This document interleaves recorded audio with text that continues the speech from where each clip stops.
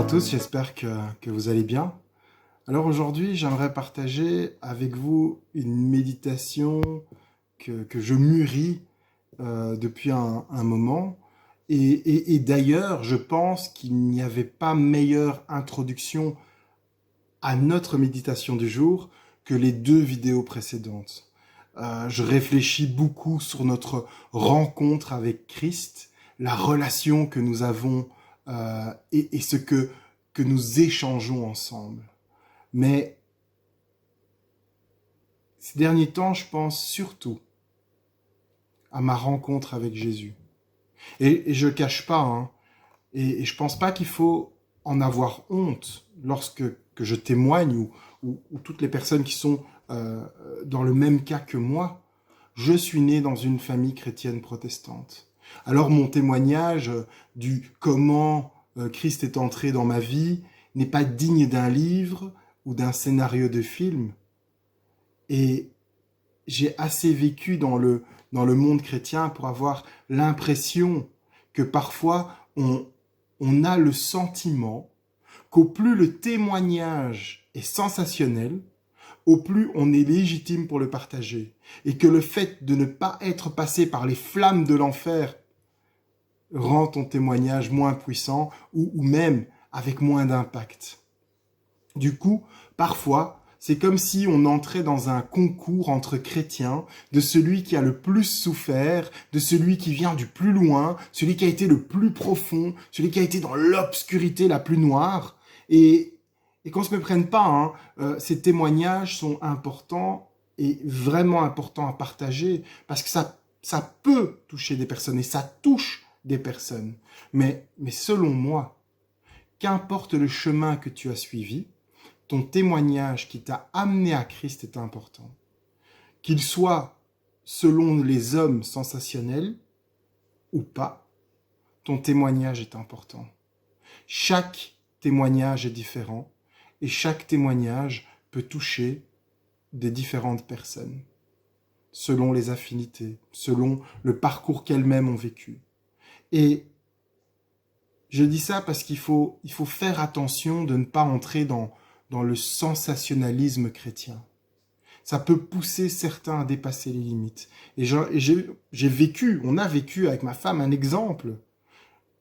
Je dis ça parce que c'est arrivé. Certains hommes, je mets homme avec un grand H, homme et femme, s'inventent une vie et parfois même une conversion extraordinaire pour pouvoir vendre des livres, aller témoigner dans les églises, être invité dans des séminaires, etc., etc. Et je pourrais encore en passer, faire des vidéos. J'en ai été témoin. Jusqu'au jour où la vérité fait surface. Parce que la vérité fait toujours surface. Elle finit toujours par sortir. Et là, on se dit, quel témoignage. On a basé notre témoignage sur un mensonge. Quel témoignage pour les gens qui ne connaissent pas encore Christ. Et même le choc pour les personnes qui ont déjà rencontré Christ. C'est horrible. Quoi que nous ayons fait avant notre rencontre avec Jésus, contrairement à ce que certains peuvent penser, il y a toujours un avant. Notre rencontre avec Christ est le point culminant de notre vie. Après avoir rencontré Christ, notre vie n'est plus jamais la même. Et pas besoin d'être passé par les flammes de l'enfer selon les normes humaines pour avoir un témoignage puissant en Christ. Il faut, pour avoir un témoignage puissant en Christ, quoi qu'il se soit passé dans notre vie avant Christ, il faut que ce témoignage soit vrai. C'est la seule puissance, la vérité. Et là, quand je parle de témoignages puissants ou de témoignages, plutôt de témoignages où on est passé par les flammes ou pas, je pense particulièrement à tous ceux qui sont comme moi, nés dans une famille chrétienne. Souvent, il est difficile de dire avec précision le jour où Jésus-Christ est rentré et a transformé notre vie. On a toujours entendu parler de lui, à la maison, à l'église, à l'école du dimanche, La prière à la maison, c'est normal. La lecture de la Bible, c'est normal. Et on a des Bibles à la maison, etc., etc. Mais ça, c'est chez nos parents. Nous avons aussi notre propre chemin à faire en compagnie de Jésus, de le rencontrer personnellement. Et là, j'ai envie de m'adresser à tous les enfants et parents chrétiens. Malheureusement, le fait de naître dans une famille qui connaît Christ ne fait pas de vous un disciple de notre Seigneur. Je sais que l'exemple que je vais donner là maintenant n'est pas totalement similaire, mais malgré la proximité que Judas avait avec Jésus, cela ne l'a pas empêché de trahir notre Seigneur. Ce n'est pas la proximité avec Dieu ou avec des personnes qui sont disciples de Christ qui font de vous un disciple de Christ. Pour devenir disciple de Christ, il faut qu'il y ait une rencontre, une conversion. Et là, j'ai envie de dire à n'importe quel âge. C'est pas un truc qui se transmet automatiquement à ses enfants, sans que les enfants aient vécu un moment particulier. Ce moment particulier de la rencontre, l'expérience intime de rencontrer Christ. Et il n'y a pas d'âge. On peut être très très jeune, comme on peut être très très vieux. Mon père d'ailleurs m'expliquait qu'il avait vécu sa conversion très jeune, et j'ai pas envie de dire de bêtises, donc je dirais qu'il l'a vécu même avant ses 10 ans, et vraiment pour vous montrer qu'il n'y a pas d'âge. Oui, il était en contact avec l'Église, avec la parole de Dieu, avec la prière, il était en contact, mais il a dû faire son chemin personnel. Un chemin personnel et pas familial. Je crois que la bénédiction peut reposer sur une famille. La bénédiction peut reposer sur la famille. Mais lorsque l'enfant grandit, il doit faire ses propres choix. Il doit faire son propre chemin avec Dieu. Et j'ai beaucoup pensé à Abraham qui fut béni par Dieu. Le Seigneur a fait une alliance avec lui. Toute la descendance d'Abraham vit sous la bénédiction d'Abraham. Pourtant, Isaac et Jacob, personnellement, ont renouvelé leur alliance avec Dieu. Et ça s'est passé à quel moment? Ça s'est passé au moment où, pour Isaac, après la mort de son père, il est devenu le chef de famille. Et pour Jacob, lorsqu'il quitta la maison de son père, tous deux ne vivaient plus sous l'autorité de leurs parents. Eux-mêmes devenaient le chef de leur famille. On prend dans Genèse 26, 24 à 25. L'Éternel lui apparut dans la nuit et dit : Je suis le Dieu de ton père Abraham. N'aie pas peur, car je suis avec toi. Je te bénirai et je rendrai ta descendance nombreuse à cause de mon serviteur Abraham. Il construisit là un autel et fit appel au nom de l'Éternel. Il y dressa sa tente et les serviteurs d'Isaac y creusèrent un puits. Dieu fit alliance avec Isaac personnellement, pas seulement à travers Abraham, mais aussi avec Isaac personnellement. Oui, c'est un plus de naître dans une telle famille. Oui, il était béni à travers la fidélité d'Abraham. Mais maintenant qu'il est le chef de famille, Dieu l'a rencontré et le bénit personnellement. Genèse 28, 10, 15. Jacob partit de Beer-Shéba et prit la direction de Charan. Arrivé à un certain endroit, il y passa la nuit, car le soleil était couché. Il prit une pierre dont il fit son oreiller et il se coucha à cet endroit. Il fit un rêve, une échelle était appuyée sur la terre et son sommet touchait le ciel. Des anges de Dieu montaient et descendaient par cette échelle. L'Éternel se tenait au-dessus d'elle et il dit : Je suis l'Éternel, le Dieu de ton grand-père Abraham et le Dieu d'Isaac. La terre sur laquelle tu es couché, je te la donnerai, à toi et à ta descendance. Ta descendance sera pareille à la poussière de la terre. Tu t'étendras à l'ouest et à l'est, au nord et au sud, et toute les familles de la terre seront bénies en toi et en ta descendance. Je suis moi-même avec toi. Je te garderai partout où tu iras et je te ramènerai dans ce pays, car je ne t'abandonnerai pas tant que je n'aurai pas accompli ce que je te dis. Dieu fit alliance avec Jacob personnellement, pas seulement à travers Abraham et Isaac, mais aussi avec Jacob personnellement. Oui, c'est un plus de naître dans une telle famille. Oui, il était béni à travers la fidélité d'Abraham et la fidélité de Jacob. Mais maintenant qu'il a quitté la maison de son père, Dieu l'a rencontré personnellement et l'a béni personnellement. Ce qui est encore plus interpellant, c'est que Jacob, il avait un frère jumeau. Et Ésaü, son frère jumeau. Tous deux descendants de Abraham et descendants d'Isaac. Pourtant, un seul a renouvelé l'alliance avec Dieu. Au sein d'une même famille, vivant sous la même bénédiction de Dieu et vivant une famille qui vit une relation avec Dieu, on peut voir qu'il y a deux chemins différents. Et ça, c'est fou. Deux chemins différents. Deux enfants nés dans une famille bénie. Eh bien, pour vos enfants, ou pour vous-même, c'est la même chose. Vous pouvez vivre sous la bénédiction de vos parents. Mais Dieu va renouveler avec vous personnellement son alliance et ses bénédictions pour vous personnellement. Il veut vous rencontrer personnellement et vivre une alliance, une relation avec vous. Que ce soit vous ou vos enfants qui vivez sous la bénédiction des parents, vous devez faire comme eux.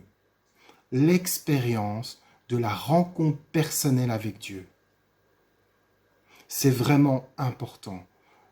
Rencontrer Dieu personnellement. Hier, dans ma lecture personnelle, je lisais encore un passage et voilà, et je me suis dit, tiens, ça pourrait bien aller avec la méditation d'aujourd'hui.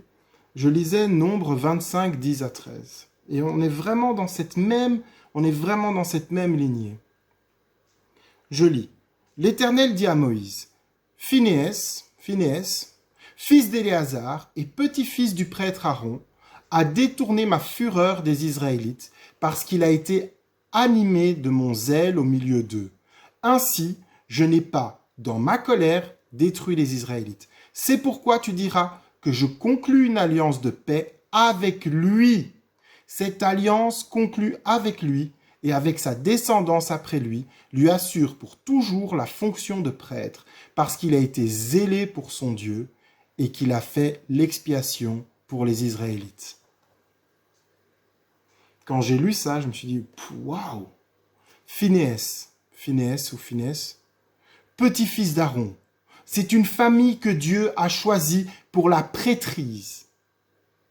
Le Seigneur, par le zèle de Phinéas, a renouvelé personnellement avec lui une alliance pour lui et toute sa famille, par la fidélité d'un. Pourtant, il avait fait la promesse à Aaron. Famille de prêtrise. Il a fait la promesse à Aaron, mais il la renouvelle avec son petit-fils, personnellement. Et il la renouvelle encore pour toute sa descendance, mais il l'a renouvelé personnellement. Oui, c'est un plus de naître dans une famille chrétienne. On va pas mentir, c'est un plus. Mais en tant que disciple de Christ, et on s'en rend pas compte, de la bénédiction dans laquelle notre famille vit. Et l'avantage que nous avons de vivre dans la grâce, dans la connaissance du Christ, dans la proximité de sa parole, dans le fait que nous pouvons prier ouvertement, que nous pouvons prier les uns pour les autres dans la famille. L'avantage est incroyable. Et souvent, malheureusement, surtout en tant enfant de disciples de Christ, on veut faire nos propres expériences. Je dis pas que c'est bien, je dis pas que c'est pas bien. Je dis aux parents, ayez assez confiance en Dieu pour qu'il ramène vos enfants. Voilà. Qu'il ramène vos enfants à lui. Ayez assez confiance en Dieu. Surtout si vous êtes fidèles. Surtout si vous priez pour vos enfants. Surtout si vous leur avez donné ce goût de Dieu. Je vais donner un exemple. Moi-même, je suis né dans une famille chrétienne et j'ai quitté la maison. J'ai vécu, parce que voilà, on se croit toujours plus malin, on croit que... J'ai vécu sans Christ et j'ai vu la différence. Et alors que tout allait bien dans ma vie, parce que quand on regardait extérieurement, ma vie, elle était bien, eh bien à l'intérieur, Jésus me manquait. J'irais même plus loin, la communion fraternelle me manquait. Je veux dire, en cette période de Covid, parfois je ne comprends pas certains frères, certaines sœurs, qui n'ont pas ce manque de la communion fraternelle. Parce que la relation avec Dieu, on n'est pas obligé d'aller à l'église pour la vivre. Mais la communion fraternelle, généralement, l'église est l'endroit parfait où on la vit. Et moi, à ce moment-là dans ma vie, Jésus me manquait, parce que je m'étais vraiment éloigné de lui, mais la communion fraternelle aussi me manquait. Et ce manque m'a fait revenir vers Dieu. Ce manque de Dieu, cette soif de Dieu, m'a fait revenir. Et la joie que j'ai eue à retrouver une assemblée où je pouvais vivre la communion fraternelle, c'était un plus, un bonus. Ayez assez confiance en Dieu, vous ses disciples, lorsqu'un de vos enfants s'éloigne, que Dieu le ramène à lui. Ayez assez confiance en Dieu. Je sais qu'en tant que parents, disciples de Christ, accepter que nos enfants, en quittant le foyer, ne vivent plus sous notre autorité et donc eux aussi doivent rencontrer Christ personnellement afin qu'ils fassent alliance, eux aussi, pas seulement à travers nous, mais pour que eux aussi rencontrent Dieu personnellement, que Dieu renouvelle une alliance avec eux, qui vivent sous la grâce, etc., etc. C'est pas spécialement facile à accepter, mais c'est le chemin qu'ils doivent emprunter. Même si Dieu bénit une famille, génération après génération, il renouvelle son alliance avec chaque génération, au travers de la relation personnelle qui vit avec chacun de nous, personnellement.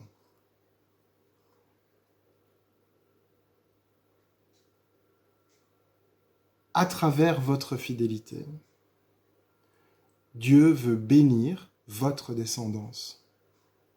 Mais eux aussi devront rencontrer Dieu personnellement.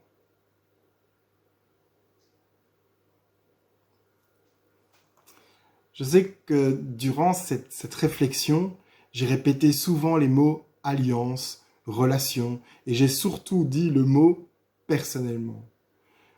Si j'ai insisté sur ces mots, c'est parce que Dieu ne veut pas vivre une relation avec vous à travers quelqu'un d'autre que vous-même. Soyez bénis.